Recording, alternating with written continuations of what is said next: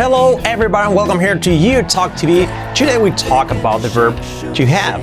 El verbo have, pues que tenemos siempre dudas. Si ahora hace de auxiliar, ahora hace de verbo principal, ¿cómo funciona? Vamos a ver que es mucho más sencillo de lo que parece. I'll see you now.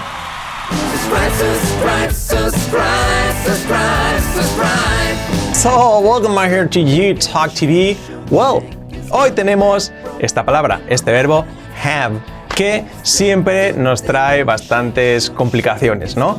Que si ahora funciona como un verbo normal, sin embargo ahora es un verbo auxiliar. ¿Qué significa? Pues si lo podemos contraer, si no, ese famoso have got que tenemos también por ahí circulando, que lo veremos al final, os daré un pequeño extra sobre ese have got famoso. Vamos a verlo hoy y os voy a explicar de forma muy sencilla.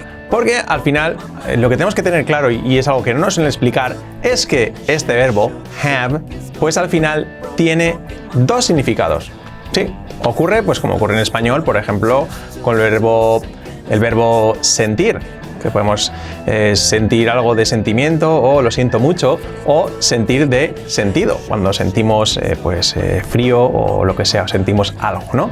De sentido o de sentimiento, ¿no? Bueno, son significados parecidos, pero diferentes. Por lo tanto, aquí en inglés tenemos dos significados distintos, que en español son dos verbos. Uno sería el verbo tener y otro el verbo haber. Vamos a empezar con el verbo tener, que es el más sencillo, verbo to have. Have funciona como verbo principal, verbo normal, y no quiere decir otra cosa que sobre todo tener algo, poseer algo. También puede ser tomar, comer algo, poseer, etcétera, etcétera. Pero el principal es tener. Por ejemplo, I have a brother. Tengo un hermano. Ella tiene un perro. She has a dog. Se conjuga, con la tercera persona cambia, en el presente simple, como es irregular, no es haves, sería has. She has a dog.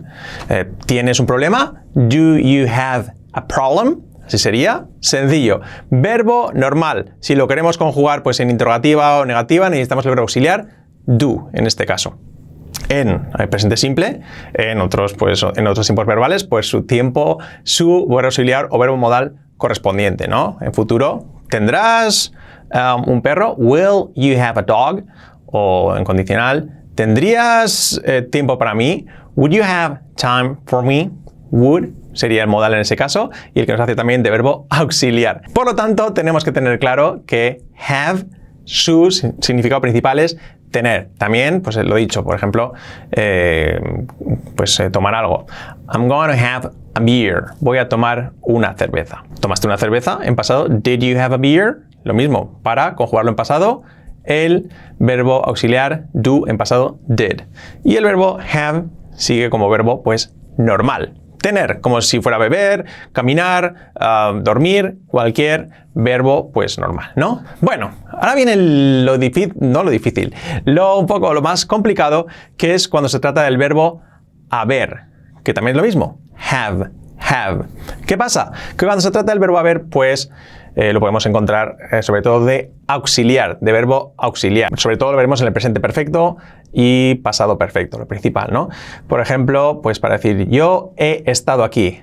I have been here. I have been here. I have been here. Yo he estado aquí, del verbo haber. I have been here. Tú has estado aquí. You have been here. Si queremos hacer la pregunta, pues fijaos que no sería do you have, no, sería el verbo auxiliar es have, por lo tanto los auxiliares ya nos sirven para hacer la conjugación. Have you been here? ¿Has estado tú aquí? Have you been here? Have you been here? Intercalamos el sujeto con el verbo auxiliar, que en este caso es, pues eso, lo he dicho, have. Por eso viene un poco el lío. Have you been here? Aquí, como veis, ese verbo hace de auxiliar y quiere decir, pues eso, haber. Have you been here? Para negativa, tú no has estado aquí. You haven't been here. You have not. La negación, la partícula de negación, se aplica sobre el verbo auxiliar. You have not been here. You haven't been here. Por lo tanto, ahí lo tenemos.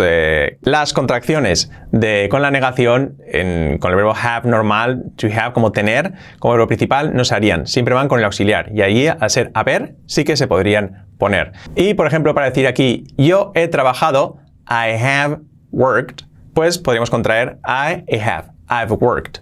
I've worked. Al ser un verbo, pues, auxiliar. I've worked, I've worked. Si fuera el verbo tener, como verbo normal, no se contraería. I have a problem, I have a problem. No se diría, ¿vale? Sería siempre la contracción cuando es verbo auxiliar, normalmente en presente perfecto o pasado perfecto. Yo había estado aquí. I had been here. I'd been here. Se puede contraer, ¿ok? También, pues, podemos encontrar este verbo haber, por ejemplo, pues acompañando en las condicionales. Por ejemplo, ¿me lo habrías dicho? Would you have told me? ¿Te lo habría dicho? I would have. A ver, pues ya conjugado con el verbo modal would, I would have told you. I would have told you. Y lo podemos contraer. I would have told you. I would have told you. Pero sigue siendo el verbo haber. O pues con todos los pasados de modales y demás. Por ejemplo, pues podría haberlo hecho. I could have done it. I could have done it. Debería haberlo hecho. I should have done it. I should have done it. Ahí lo tenéis, el verbo have. Pero ahí en este caso, pues como verbo haber. Tenemos que diferenciar sobre todo verbo haber, que en estos casos es pues de auxiliar, acompañando a modales y demás, y como auxiliar que hemos dicho, y por otro lado el verbo pues tener, que funciona como verbo normal. Yo tengo un libro, I have a book. Y ahora viene, pues claro, ya veis que es complicado, ¿no? Un poquillo. No es complicado, pero un poco enrevesado, sobre todo cuando comienzas a aprender el idioma, ¿no? Aquí viene el lío, que es cuando nos introducen de golpe y porrazo, que se dice el famoso have got, que quiere decir tener, pero es una conjugación del verbo pues obtener, que es get got gotten, o get got got. Have got, yo he obtenido o he conseguido. I have got. Have got. Y have got es pues una estructura de presente perfecto, sin embargo la aplicamos como presente. Por ejemplo, en lugar de decir yo tengo un problema, I have a problem, podemos ver I have got a problem, I've got a problem, I've got a problem. Y eso pues complica mucho realmente, porque nos lo enseñan pues de primeras, y la realidad es que ese have got no se puede conjugar, porque es una expresión hecha para presente. Yo tengo un problema, I've got a problem. Yo tenía un problema, ya no podrías decir I had got up, no se diría. O yo tendré un problema, I will have got up, no, error. Siempre es con el verbo tener, más sencillo. Tengo un problema, I have a problem. Tuve un problema, I had a problem. Pues conjugando el verbo to have. O en futuro, tendré un problema, I will have a problem.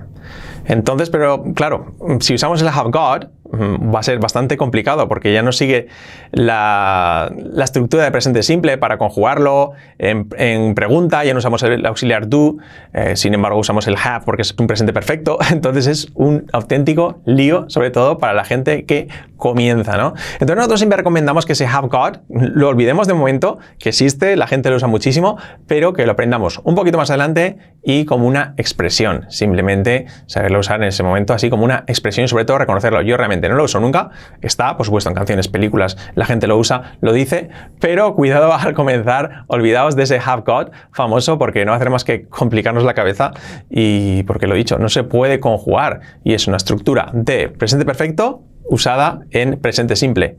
Entonces si queremos hacer las conjugaciones típicas de presente simple que haríamos con un verbo normal, con have got no se puede. Entonces recomendamos siempre, pues para expresar tener, pues usar el verbo to have. Sencillo como tener, no el have got, que es yo he obtenido. Es una forma de complicar mucho el comienzo del aprendizaje del inglés y eso puede llegar a frustrar mucho a la gente. Así que, bueno, dejadme dudas aquí abajo. Si os ha gustado, pues dadnos un like y demás y también suscribiros a nuestro canal. Y nada más, I'll see you next video here. Bye bye.